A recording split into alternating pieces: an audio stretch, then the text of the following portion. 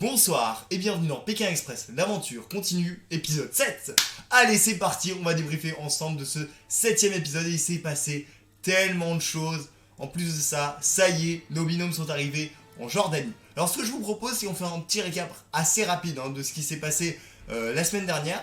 Et la semaine dernière, c'était une étape assez haletante. Et au final, il y a eu un duel final entre Jean-Claude et Axel et Sarah et Charlotte. Jean-Claude et Axel ont été très forts, et surtout Axel, qui a battu du coup Sarah, et c'est Sarah et Charlotte qui sont arrivées dernières. Elles ont eu de la chance, l'étape était non éliminatoire, c'est la deuxième qui était non éliminatoire de la saison, et ben les deux étaient pour elles. Bah écoutez, tant bien pour elles, elles avaient une nouvelle chance, pour, entre guillemets, continuer cette course et pourquoi pas aller en finale. Ce que je vous propose, c'est déjà qu'on parle évidemment de l'handicap, parce que dans Pékin Express, peut-être que vous ne le savez pas, c'est possible, mais dans Pékin Express, quand on est dernier et que l'étape est non éliminatoire, on a un handicap. Et oui, on ne réintègre pas la course comme ça, il y a une petite difficulté, et c'est plutôt sympa en règle générale, c'est toujours très drôle, et j'avais envie, avant qu'on parle réellement de toute l'étape, de se remémorer un petit peu les handicaps. Mais juste avant, je vous propose de découvrir l'handicap de ce soir, qui était du coup pour Sarah et Charlotte, et c'était ceci. Alors vous vous dites, oui, il est bien mignon de montrer une photo avec un panier d'oranges et Sarah. Et alors, on va expliquer, parce que c'est vrai que c'est pas hyper implicite avec ma photo. En gros, à chaque voiture qu'elle voulait prendre, elle devait faire un demi-litre de jus d'orange à chaque occupant de la voiture. Donc elle savait des oranges, et elle devait presser avec un presse-citron n'importe quoi, un presse-orange, et elle pouvait partir que quand, évidemment, les jus d'orange étaient faits, et elle ne pouvait pas le préparer avant d'avoir une voiture. Bref, ça a été compliqué, surtout en première journée, parce qu'après, elles ont pris le coup de main, les filles, on va pas se mentir. Bon, donc comme je vous l'ai dit, j'avais envie de nous faire un petit focus sur les handicaps, mais juste avant, comme je vous l'ai dit, j'adore savoir un peu ce que vous avez pensé de cet épisode, et grâce à mon petit sondage que je vous prépare, du coup, on va dire, en gros, il est préparé le matin, donc je n'ai pas vu l'épisode, et donc, je regarde les bandes annonces, je regarde aussi, évidemment, à la fin de chaque épisode, on a un petit teasing de la semaine prochaine, voilà, c'est grâce à ça que je fais vraiment ce questionnaire. Et donc, parfois je brode un peu, j'essaye d'aller sur les saisons précédentes. Et là, ouais, c'était le cas, mais bon, j'avais envie en tout cas de savoir ce que vous en pensez de cet handicap. Sarah et Charlotte sont arrivées dernières de l'étape précédente, elles ont donc un handicap. Presser et servir un jus d'orange à chaque occupant de la voiture. Alors, j'avais donné trois possibilités de réponse. C'est normal, on est en quart de finale de Pékin Express, donc effectivement, on n'était pas du tout en quart de finale, on était en huitième de finale si on veut, mais on n'était pas en quart. C'est la voix off sur le teaser qui m'a un peu niqué, parce qu'il disait en route pour les demi-finales. Je me suis fait avoir, mais c'est pas très grave, c'était les huitièmes, autant pour moi.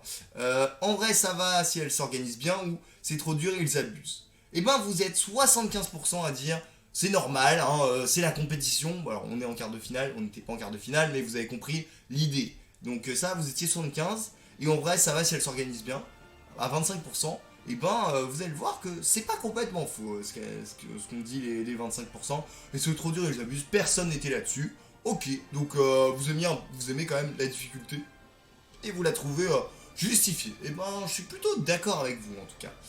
Allez, on va parler maintenant un peu de... Ouais, on va retourner un peu dans le passé, on va retourner dans les saisons précédentes avec... des handicaps que certaines équipes ont pu avoir, et ça a été parfois plus ou moins salé. Je pense que le mot salé est plutôt bien choisi. Alors on est parti, Alors attendez, parce que du coup il faut que je descende toutes, et je vais descendre un tout petit peu mes photos. Ok, alors on va essayer de faire par ordre chronologique. Saison 1, c'est la toute première saison, et déjà, Pékin Express avait déjà dans ses règles le handicap. Et alors, saison 1, c'est Carolina et Stéphane qui ont inauguré, entre guillemets, la règle, les handicaps. Et c'était Orgil. Alors, Orgil, vous le voyez, Stéphane, il fait 1m79 à peu près. Il fait plus de 2 mètres, le garçon. C'est monstrueux, il fait un poids monstrueux. Un bon mongol, tu vois. Ouais, franchement, bien costaud et très compliqué. dans les voitures. Il paraît qu'elle était sympa, mais il avait la fâcheuse tendance évidemment à manger, hein. Et puis bon, il prenait beaucoup de place dans les voitures. Ça a été très compliqué pour Carolina et Stéphane, mais il me semble que cette étape était non éliminatoire. Où ils sont arrivés. Non, ils sont arrivés derniers, c'était terminé. Je crois que c'était un truc comme ça. En tout cas, ce qui est sûr, c'est que Orgil avait bien joué son rôle d'handicap. Même si, bon, on leur demande pas d'arriver dernier, hein, mais bon, ils sont là pour handicaper l'équipe, comme son nom l'indique. Donc, ça, c'était en saison 1. En saison. Qu'est-ce que j'ai mis dans mes tops? J'ai mis. Ah oui, je me régale, les amis, quand je regarde les trucs. J'ai mis du coup, alors, parce que je les ai classés un peu par saison, j'ai pas pris toutes les saisons, sinon en fait, chaque année il y avait des super handicaps. On peut penser aussi en saison 2 où il y avait les poissons, Thomas Ellie devait ramener des poissons. Il y a eu tellement de trucs, les amis. En saison 3, il y avait Martha la catcheuse. J'ai pas voulu tout le temps vous remettre les mêmes choses, sinon c'était un peu répétitif. Mais par contre, il y a une saison que j'ai adorée. D'ailleurs, si vous ne l'avez pas vue, hein, je vous la conseille, la saison 6 du Hot Choc, qui était avec des personnalités, que ce soit d'M6, aussi des comédiens, etc. Et c'était hyper sympa. Et ils y sont allés, la production. Ils y sont allés. Alors, je vous propose de commencer par celui qu'on a mis, que j'ai mis dans le sondage. C'est celui-ci. Alors, peut-être que là, vous vous dites, bon, c'est du Nutella. Eh ben non, les amis. C'est de la bouse de vache. Bon, Stéphane a essayé de faire passer ça. C'est du coup Isabelle Morini-Bosque et Christian Califono, grand international de rugby, hein, qui a fait ce handicap. Il leur a dit c'est une bouse de vache, mais rassurez-vous, c'est sacré. C'était pas hyper sacré. Stéphane a un peu surjoué le truc, mais bon, ils se sont pas trop mal sortis. Ils sont encore arrivés derniers et après ils ont dû cirer les pompes pendant toute l'épisode d'après. C'était très drôle parce qu'ils avaient un truc de pressing, n'importe quoi, de cleaning de shoes, comment on appelle ça? Oups, 3, 4, on va y arriver, non? On n'y arrive pas. Comment on appelle ça? De cireur. Cireur de chaussures, voilà, un truc de cirage, tout bêtement, voilà, un truc de cirage. Et franchement, c'était assez drôle à voir. Allez, on continue dans la même saison parce que ils ont fait fort cette saison-là. C'était Albert de Paname et Emmanuel de Brandt, qui étaient un peu, on va dire, les dandys de l'aventure, qui eux avaient un joueur de tambour, regardez ça. Il s'appelait Raglan et il était censé, à chaque fois qu'ils avançaient, tambouriner pam pam pam pam pam. C'était à mourir de rire. Je crois que vous en avez parlé d'ailleurs dans un précédent épisode de Pékin Express, l'aventure continue. Parce que, c'est vraiment un handicap qui m'a marqué, qui était hyper drôle. Ils en pouvaient plus, hein, Emmanuel de Brandt et Albert de Paname.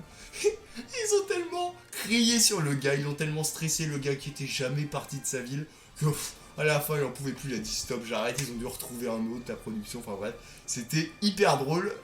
Voilà, saison 6 je vous conseille à fond. Puis j'avais envie de revenir un peu à des saisons un peu modernes et à un couple qu'on aimait bien, et je suis sûr que vous le... Enfin, je sais pas si vous l'aimez bien parce que c'était... parfois il était détesté, parfois il était adoré, c'était un peu particulier. Alors attendez, je vais essayer de vous trouver la photo, et c'est où? Tac tac tac, non c'est pas ici. Ah mais oui, mais parce qu'en fait je suis bête, j'ai pas marqué le nom du couple, ce qui est normal. J'ai marqué le nom du truc, ok. Donc je fais ceci, hop, hop. Et vous allez voir qu'elle va apparaître au-dessus, voilà. Des poissons morts, c'est Maxime et Alizé qui avaient hérité de ce handicap lors de la saison 11. Et c'était franchement plutôt... c'était drôle. Franchement, c'était hyper drôle, mais ça puait. Et je me souviens très bien que quand ils avaient été chez les habitants pour dormir, ils l'avaient mis sur le toit parce que ça puait, c'était une horreur. Enfin bref, voilà, j'avais envie de se faire un petit retour dans le passé pour redécouvrir un peu ces handicaps. Et ça m'avait du coup donné envie de vous poser la question, pour vous, quel est le pire handicap parmi les 4? Et vous avez répondu.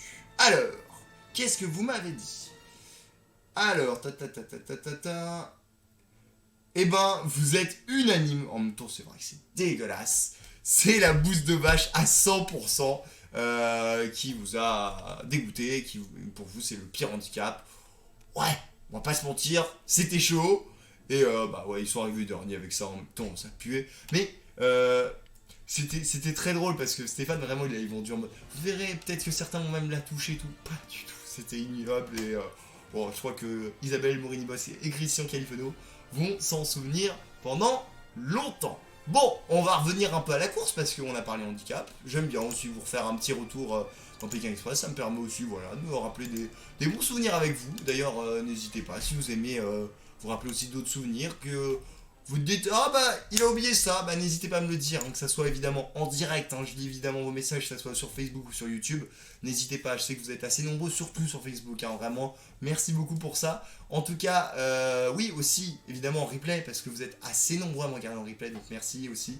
N'hésitez pas, hein, vous envoyez des petits commentaires, je lis tout, ou alors en MP, et avec grand plaisir, je répondrai à vos questions ou à vos demandes, parce que parfois ça peut être des demandes également.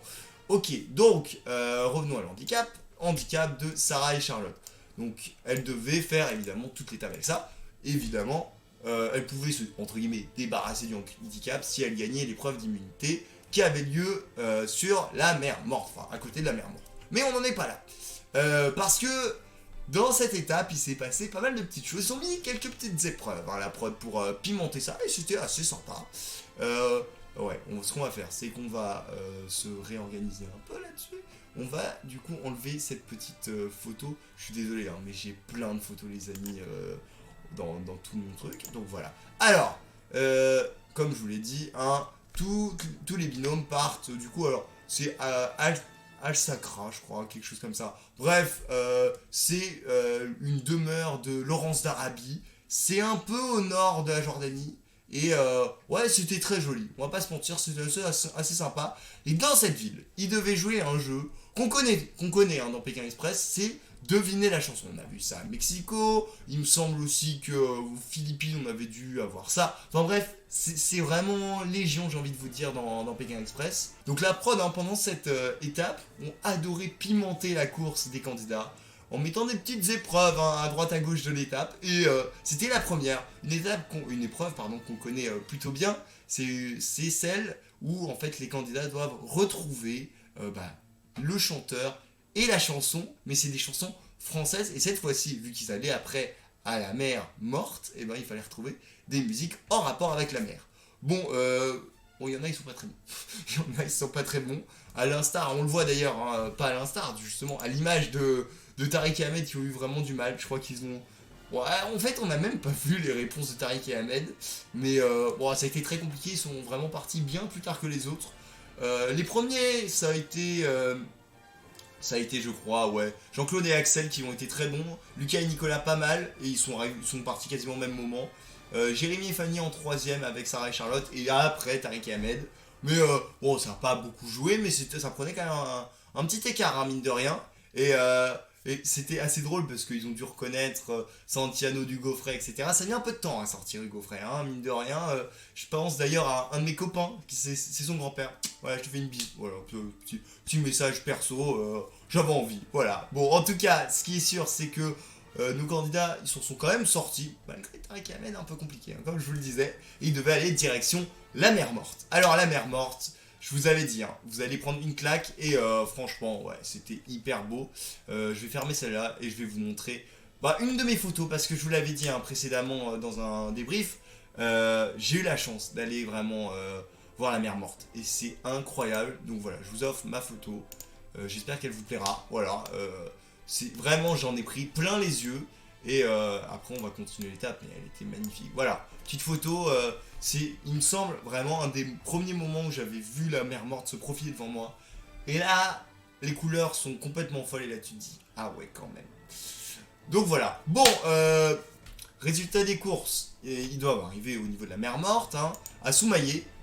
Soumaillé qui est vraiment, j'ai envie de dire, la première ville près de la mer morte, près d'Amman qui est la capitale. Donc c'est assez simple, hein, c'est je dirais une 60aine de kilomètres d'Amman, donc c'est pas très loin et ça permet quand même facilement, on va dire, aux cosmopolites d'aller à la mer facilement et ils aiment bien d'ailleurs, hein. C'est vraiment un endroit assez local, aussi très touristique, évidemment vous en doutez. Bon, il y a une photo à la mer morte qui est connue de ouf, c'est le fait de, entre guillemets, se baigner dans l'eau et de flotter. Ce que je vous propose, allez, là il y a un petit peu, ouais j'avais envie de vous l'offrir, oui, ouais j'avais envie de ça. Voici une photo de moi, voilà, qui me suis baigné dans la mer morte et qui flottait. Bon, les candidats, ils devaient faire à peu près la même chose, sauf que eux, ils devaient tenir un journal et ils devaient évidemment trouver le journal. Bon, ouais, ça a été franchement compliqué de trouver un journal pour toutes les équipes, mais il y a deux équipes qui ont été beaucoup plus rapides que les autres, que ce soit au niveau du stop et même au niveau de la mission. Et, euh, et c'était, attention, alors ce que je vous propose, c'est que je regarde un peu Facebook en même temps, voilà. Bon, je suis sûr que, voilà, déjà quand je parle d'équipe, il y en a une qui sort. Vous êtes des monstres, les gars, vous êtes vraiment des monstres. Effectivement, Lucas et Nicolas, bah ouais, ils se sont très très bien sortis, hein, et ils ont, du coup, bah, tout simplement récupéré facilement le journal, sont arrivés premiers devant Stéphane, qualifiés pour l'épreuve d'immunité une nouvelle fois. Et puis alors, avec ceux qui se tiraient la bourre, hein, ouais, c'est les deux équipes qui sont toujours au mano à mano. Et d'ailleurs, on en parlera un peu de ça parce que, ouais, c'est important. En tout cas, c'est Jérémy et Fanny. Jérémy et Fanny, voilà, ils étaient vraiment pas loin, ils étaient sur les talons, hein, de Lucas et Nicolas. Et ouais, ça s'est bien passé pour eux. Puis dernier binôme, hein, qui s'est plutôt bien débrouillé, c'est Tariq et Ahmed qui parlent arabe et je crois que ça les a un peu aidés quand même, mine de rien. Et puis, je vous l'avais dit, hein, grosse montée en puissance de Tariq et Ahmed. Et voilà, ils se qualifient pour cette épreuve d'immunité. Alors juste avant qu'on parle un peu de la suite, on va passer à la question 3, parce que je vous ai quand même parlé évidemment de l'épreuve de musique. La première épreuve de cette étape était un blind test de la musique française. Alors, il y avait 3 possibilités de réponse. Génial, thème ou déjà vu. Et ben, vous êtes 50% à dire génial, 25% à dire j'aime et 25% à dire déjà vu. Effectivement, hein, je vous l'ai dit, c'est une épreuve qu'on avait effectivement déjà vue. Bon, laissons un peu ces binômes, donc Lucas et Nicolas pour le moment, et du coup Jean-Claude et Axel non, mais Jérémy et Fanny oui, et Tariq et Ahmed se reposer quelques instants. Et nous, on va parler d'un binôme que j'aime beaucoup. Vous le savez, quand je parle de ce binôme, j'ai limite des cœurs dans les yeux parce que vraiment ils me touchent. Et, ouais, et puis en plus ils sont drôles comme tout. Et là c'était une petite scène assez sympathique et je voulais vous en parler. Voilà, vous voyez Axel avec une Jordanienne qui lui cueille, entre guillemets, hein, une figue de Barbarie qui va l'ouvrir alors qu'en plus la figue de Barbarie il y a des épines et tout. Et Axel était en train de se faire draguer devant son papy, c'était hyper drôle. Et et Jean-Claude qui lui disait elle te drague, elle te drague. Bref, j'ai trouvé ça hyper drôle.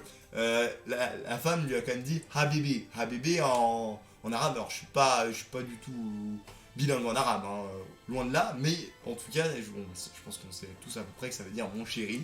Donc bon, voilà, hein, ça a été particulier, hein, mais non, c'était très drôle. Et je crois qu'ils ont d'ailleurs séjourné là, enfin séjourné entre guillemets, ils ont dormi là-bas, c'est hyper bien passé. Et il y avait un vrai feeling entre eux, c'était bien bien sympa. Voilà, je voulais vous en parler, je trouvais ça assez drôle. Et puis je vous ai sélectionné une autre soirée. C'était du coup entre deux équipes. Alors est-ce que je les ai là? Oui, je les ai. Voici. Alors, c'est étonnant, mais en gros, du coup, Lucas et Nicolas et Sarah et Charlotte logeaient du coup dans deux maisons mitoyennes en fait. Et les propriétaires étaient frères, donc ils se sont invités pour le repas, donc ils étaient tous ensemble. Ils ont mangé le plat traditionnel jordanien que j'ai mangé là-bas et qui est hyper bon. En fait, c'est du riz un peu jaune, un peu pilaf si vous voulez, avec de l'agneau et une petite sauce yogourt, etc. C'est hyper bon. Je sais pas comment ça s'appelle, mais c'est hyper sympa. En tout cas, ouais, franchement, c'était.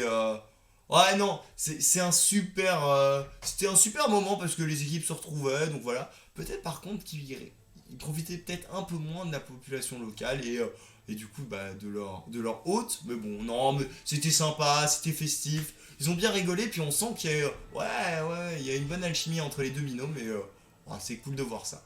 Bon, et bah écoutez, voilà, je pense qu'on a assez parlé de la soirée, les équipes sont allées se coucher, et c'est l'heure de parler de l'épreuve d'immunité. L'épreuve d'immunité, je vous rappelle, du coup, c'est Tariq et Ahmed contre Lucas et Nicolas, et pour finir, évidemment, Jérémy et Fanny qui sont quasiment qualifiés à toutes les épreuves d'immunité. C'est assez incroyable quand même ça, hein, faut le dire. L'immunité se déroulait sur les bords de la mer Noire. Non, pas Noire, pardon, Morte. C'est complètement différent.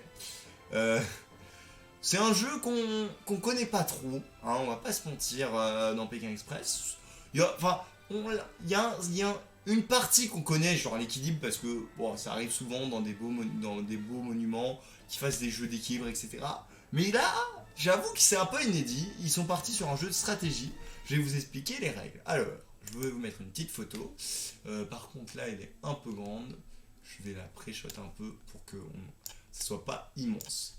Alors, voici. Donc vous voyez au-dessus du coup de la photo des candidats, hein, un espèce de quadrillage avec des disques rouges et des disques blancs. Chaque équipe pouvait retourner de 1 à 3 disques. Et en fait, la dernière personne, enfin le dernier binôme qui récupérait le dernier disque, avançait d'un plot, évidemment, au bout de 3 défaites, ce binôme était éliminé. Un peu, pour ceux qui suivent Fort Boyard, l'histoire des bâtonnets, etc. Donc il y a un peu de stratégie. Bon, Lucas et Nicolas, ils ont clairement pigé le truc.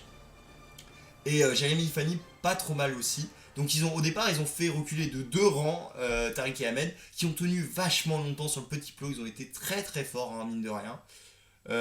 Après, Lucas et Nicolas, ils se sont dit, ah, mais est-ce que réellement, parce qu'ils avaient la possibilité encore de faire tomber Tariq et Ahmed, ils se sont dit, ah, mais en fait, Jérémy et Fanny, ils ont déjà eu 2 immunités. Est-ce qu'on se ferait pas un petit duel avec Tariq et Ahmed? Donc autant faire reculer au moins d'un plot déjà Jérémy et Fanny, et puis on verra. Jérémy et Fanny reculent d'un plot. Il y a une nouvelle manche, parce qu'en gros, à chaque fois que quelqu'un recule, il y a une nouvelle manche. C'est Stéphane, hein, qui tourne les disques. Et ce qui se passe, c'est que tout simplement, ouais, Lucas et Nicolas, ils sont très forts et ils vont une nouvelle fois reculer le binôme de Jérémy et Fanny. Et ça les énerve un peu. Franchement, c'est pas évident. Nouvelle défaite. Et là, ils offrent carrément, en fait, on va dire, l'élimination à Tariq et Ahmed, c'est-à-dire qu'ils leur disent, voilà, ils auraient pu enlever 3 disques et du coup éliminer de ce fait Tariq et Ahmed, mais ils en enlèvent que 2. Du coup, Tariq et Ahmed en enlèvent 1 et du coup, c'est Tariq et Ahmed qui élimine Jérémy et Fanny finalement à la fin. C'est un mano à mano entre Lucas et Nicolas qui n'ont pas bougé de leur plot, hein, le plus grand, le plus spacieux, et heureusement pour eux parce que vu les pieds qu'ils ont, ça aurait été compliqué autrement.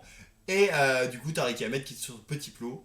Et il me semble qu'ils ne vont même pas avoir le temps de terminer la dernière partie, que Tariq et Ahmed vont tomber, et c'est une nouvelle fois Lucas et Nicolas qui vont remporter de haute lutte, oui, encore une fois de haute lutte, hein, cette épreuve d'immunité qui a été, ouais, franchement c'était sympa, très stratégique, mais par contre il y a eu des vraies tensions qui se sont créées, et ouais, franchement Lucas et Nicolas ont été très forts. Alors je vais vous afficher Lucas et Nicolas, hein, parce que de ce fait, ils les ont gagnés, mais aussi Jérémy et Fanny. Parce que... le fait qu'ils se soient entre guillemets alliés contre eux pendant l'épreuve, ça n'est pas passé du tout. Franchement, c'était... on sentait qu'il y a une petite guéguerre. Ouais, il y a eu un vrai esprit entre les deux. En même temps, c'est deux binômes qui sont extrêmement performants. Et ouais, franchement, on sent qu'il y a une vraie rivalité entre eux. Ça va être hyper intéressant de le voir pendant toute la fin de cet épisode. Enfin, moi je l'ai vu, mais de vous le raconter parce que vraiment, il s'est passé pas mal de petites choses. Je vérifie que j'ai pas loupé grand chose. Si, voilà, juste avant qu'on quitte la mer morte, hein, je vous propose de répondre à cette question. Enfin, de répondre à cette question, non. De lire un peu vos témoignages et vos retours. Alors, l'épreuve d'immunité de ce soir se déroulait le long de la mer morte. Cadre merveilleux, il y a mieux. Et ben, vous êtes tous unanimes pour dire que le cadre était merveilleux à... Ah non, attendez, il y a quand même... il y a mieux à 0,25 et par contre à 3,50 vous étiez quand même sur cadre merveilleux. 3,50 parce que certains ne votent pas sur certaines questions parce qu'ils n'ont pas envie et je les comprends totalement. Bon, et ben écoutez, let's go. On continue cette étape. Alors évidemment, ils doivent se rendre dans l'un des lieux les plus magiques du monde, Petra. Alors Petra, je vous le dis, voilà. Pour ceux qui me suivent sur Facebook, vous voyez encore, hein, ma photo, elle est devant Petra. Ma photo de profil, c'est ça, parce que c'est vraiment unique comme lieu. Tu te prends une claque, mais de malade mental. J'ai passé une journée là-bas. C'est presque 3 ans maintenant, mine de rien, et j'en souviens extrêmement bien. Il faisait très chaud, mais c'est incroyable. Vraiment, c'est complètement incroyable. Si jamais vous voulez un peu plus d'infos, voilà, n'hésitez pas. Petite pub aussi pour moi, hein. Vous allez sur YouTube, vous tapez Tommy Vlog et vous verrez, j'ai fait un vlog du coup de Petra, et puis aussi évidemment de la Jordanie. N'hésitez pas à aller découvrir un peu ça. Ça peut être sympa, et puis n'hésitez pas aussi à mettre tous vos petits retours dans les commentaires, bien sûr. Enfin bref, pourquoi je vous ai affiché ces deux binômes? Parce que, au départ, Lucas et Nicolas, vu qu'ils ont l'immunité, ils se disent bon, on va pas foncer. Sauf que, ils se disent ah ouais, mais si on pouvait passer devant Jérémy et Fanny, ça serait pas mal. Et je vais pas vous mentir, il y a eu un vrai mano à mano une nouvelle fois entre Jérémy et Fanny et Lucas et Nicolas. Et c'était assez fou, on va pas se mentir. Et bon, ils ont mis un peu de temps parfois à trouver des voitures et tout, mais c'était quasiment simultané, c'était très drôle, ils se passaient, redépassaient. Et la première équipe qui arrivait au niveau du SIC, en fait, le SIC, c'est un long couloir qui permet d'arriver à Petra, parce qu'en fait, à l'époque, ils étaient vachement intelligents et ils faisaient attention à pas pouvoir se faire attaquer de tous les sens. Et en fait, pour rentrer dans Petra, il n'y a que cette entrée unique. Donc, voilà, les Nabatéens, ils étaient vraiment. C'était incroyable, vraiment le génie de ces personnes-là. Alors qu'on était, je sais plus, mais je préfère pas dire de bêtises, je crois que c'est l'an 800. Mais vraiment, c'est complètement dingue. Franchement, c'est complètement dingue. Alors, je vous enlève du coup Jérémy et Fanny et Lucas et Nicolas. Et donc, comme je vous le disais, la prod a jonché toute l'étape on va dire, de petites épreuves pour embêter les candidats. Et pour arriver dans Petra, il y a 1,2 km qui s'appelle le SIG. En fait, c'est un long couloir qui est vraiment assez étroit, hein, mine de rien, en mode canyon.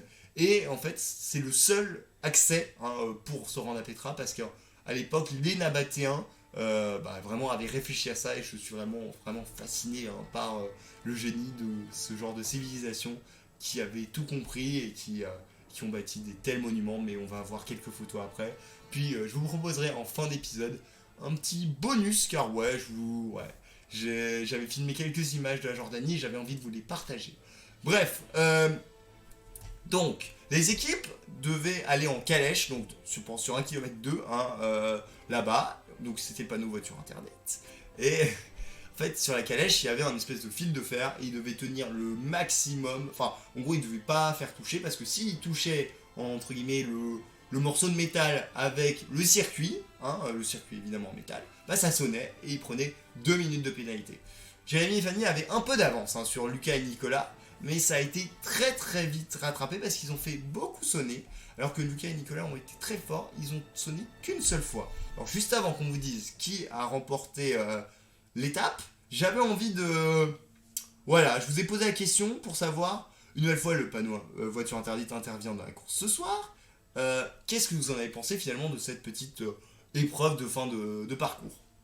C'est hyper drôle surtout pour rentrer dans le SIC et visiter Petra, où bof c'est déjà vu dans les saisons précédentes. Et vous êtes à 81% pour dire que c'est hyper drôle. Ouais, ça change un peu, même si je pense quand même en finale de la saison 9 à Miami, avec les alligators, il y avait aussi un peu ce style-là d'épreuve. Mais bon, on va pas non plus tout le temps chipoter, ils ont fait tellement de choses déjà dans Pékin Express qu'ils peuvent évidemment réutiliser des classiques. Mais en tout cas, c'était hyper drôle et mine de rien, ça a un peu fait évoluer le classement. Et une nouvelle fois, je pense qu'à un moment vous allez les détester, mais c'est une nouvelle fois eux qui sont arrivés premiers. Oui, sur Facebook, oui, c'est eux, c'est Lucas et Nicolas qui ont une nouvelle fois remporté l'étape. Alors, je sais plus quoi dire. 5 étapes remportées sur 7. C'est quasiment du jamais vu dans l'histoire de Pékin Express. C'est même pas fini. Il reste 3 étapes. Évidemment, la 10ème, tu peux pas... Enfin, si, tu la remportes, mais tu remportes la victoire. Mais la 8 et la 9, si vraiment ils font ça, c'est un truc de dingue. Surtout qu'en plus, dans ces saisons, entre guillemets, modernes, il y a moins d'épisodes.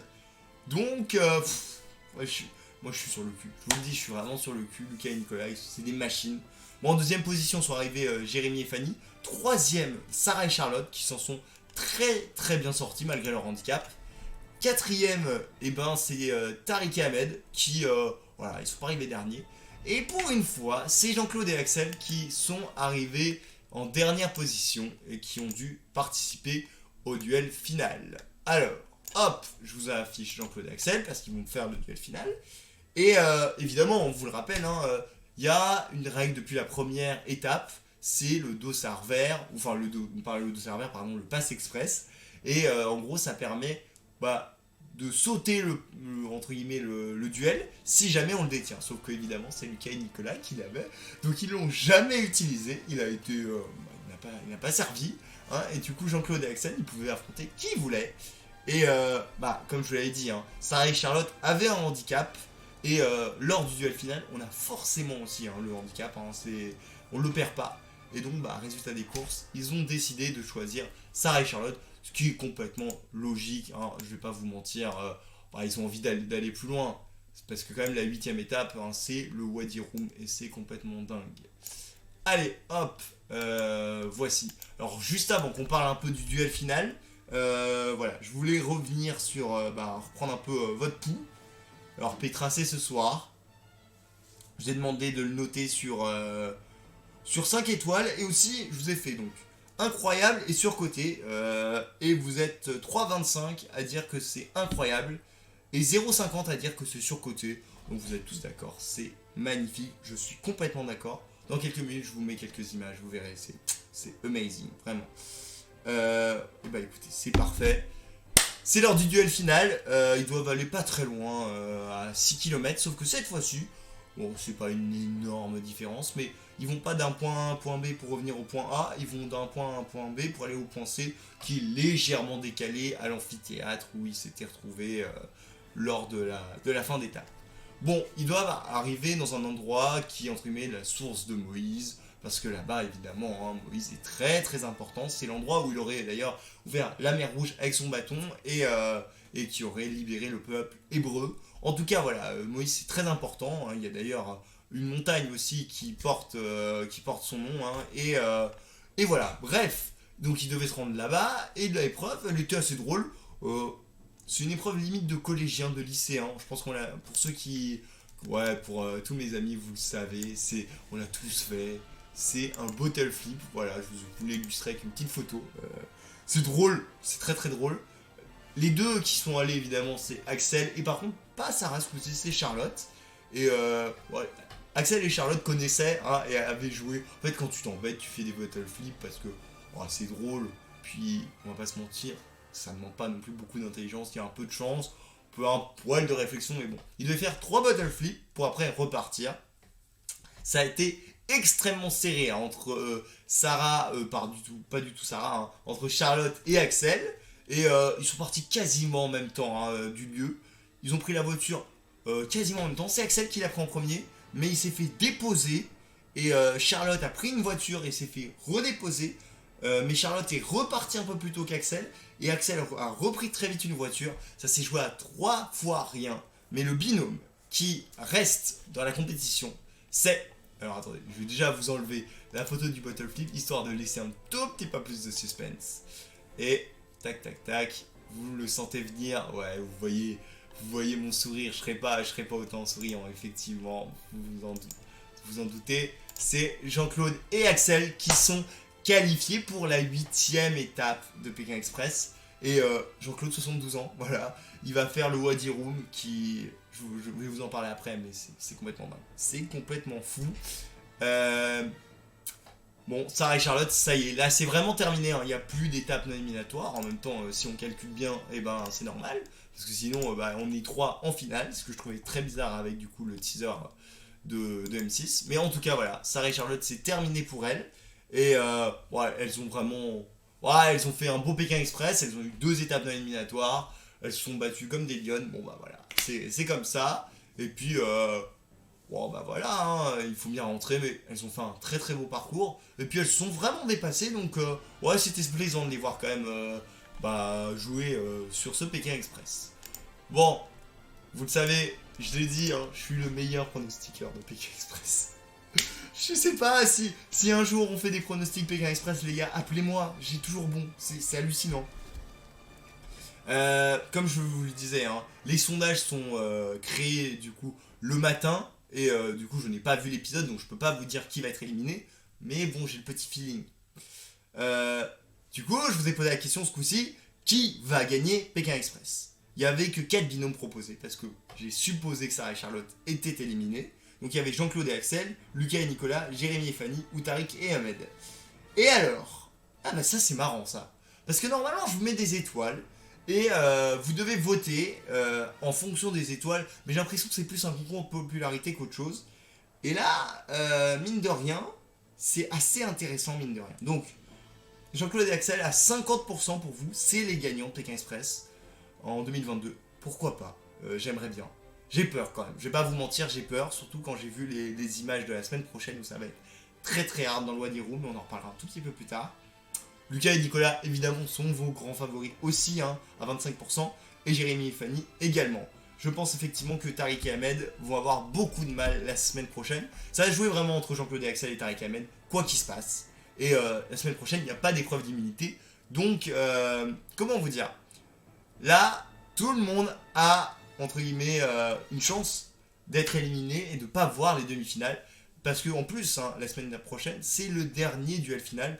Donc après, c'est que vraiment au petit bonheur, enfin pas au petit bonheur la chance, mais j'ai envie de dire, évidemment, aux capacités de stop, et puis voilà, être efficace, etc. pour peut-être prétendre d'aller en finale et de découvrir Dubaï, car je vous le rappelle, la finale, c'est bien à Dubaï cette année. Allez, on va reprendre une dernière fois mon petit sondage. La semaine prochaine, c'est donc le trek dans le Wadi Rum. Hâte de voir les paysages. En fin de la compétition, ils vont en baver, ça va être drôle. Et vous êtes 75% à dire que vous avez hâte de voir les paysages. Je vais vous montrer d'ailleurs quelques images dans quelques instants.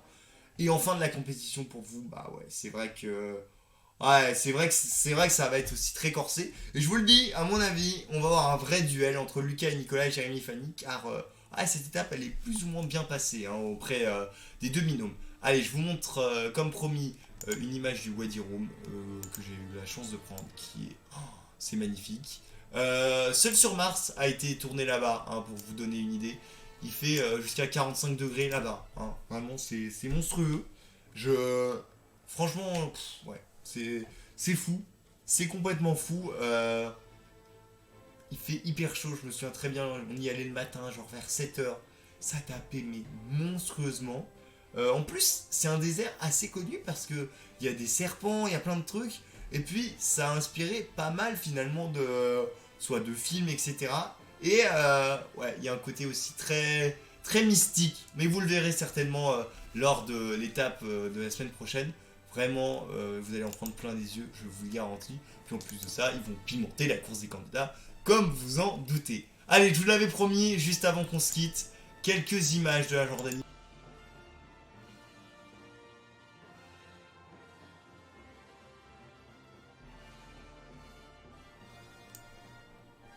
Et voilà, c'était quelques images de la Jordanie, je vous ai tourné. Vous avez vu évidemment Petra, vous avez vu aussi Amman, qui est une très belle ville, la capitale. Peut-être qu'on la découvrira peut-être dans la prochaine étape, je ne sais pas. En tout cas, franchement, c'était... ouais, vous verrez, enfin, le pays est magique. Vraiment, c'est un pays multifacette. N'hésitez pas à soit regarder des vidéos sur YouTube, n'hésitez pas aussi à regarder les miennes, n'hésitez pas, c'est en tout cas à votre disposition bien sûr. Et puis sinon aussi, si vous avez un peu d'argent et un peu de temps, en une semaine, ça se fait facilement, la Jordanie. Parfois même c'est pas très cher hors des périodes de vacances scolaires, ou si vous prenez un peu plus tôt. Et vraiment, c'est un voyage magnifique.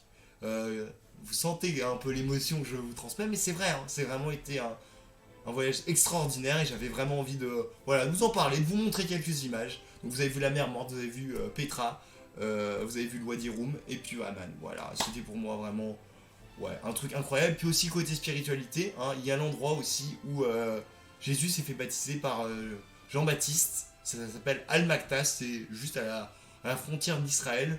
Et ça vaut le coup pour ceux qui sont un peu... qui y croient un peu, ça vaut le coup. Enfin voilà, bon écoutez, je pense qu'on a à peu près tout dit sur cet épisode 7. La semaine prochaine, gros trek dans le Wadi Rum, ça va être très compliqué. Jean-Claude, 72 ans, il va en baver, je le sens.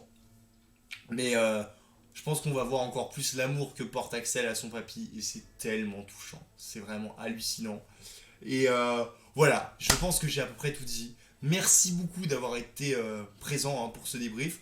J'ai essayé de le faire Ouais, plus tôt, et ça a bien marché parce qu'on va se coucher tous ensemble plus tôt. Parfait. En tout cas, merci d'avoir veillé jusqu'à cette heure avec moi.